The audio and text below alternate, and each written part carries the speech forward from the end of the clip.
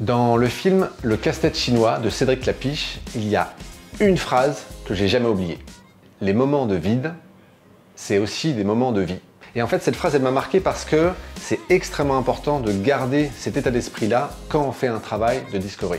Pourquoi? Parce qu'en fait, dans les moments où il ne se passe rien du point de vue de l'application, en réalité, il se passe toujours quelque chose du point de vue utilisateur.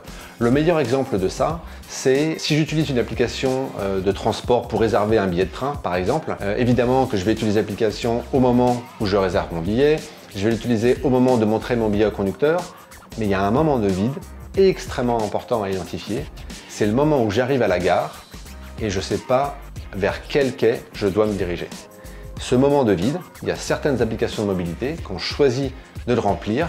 Dès que l'information est disponible, ils envoient une notification à l'utilisateur pour lui dire « ton quai est numéro 27 ». Ce genre de détail, être capable de trouver des opportunités dans les moments de vide, c'est exactement le travail qu'on apprend à faire dans la formation Discovery Discipline. Alors, que vous ayez lu notre livre Discovery Discipline ou non, si le sujet de la discovery vous intéresse, si vous voulez avoir des conseils pratiques, si vous voulez expérimenter par vous-même la méthode et recevoir des feedbacks sur les livrables que vous allez créer, n'hésitez pas à suivre la formation. On donne régulièrement des sessions en petits groupes. On espère vous voir très bientôt.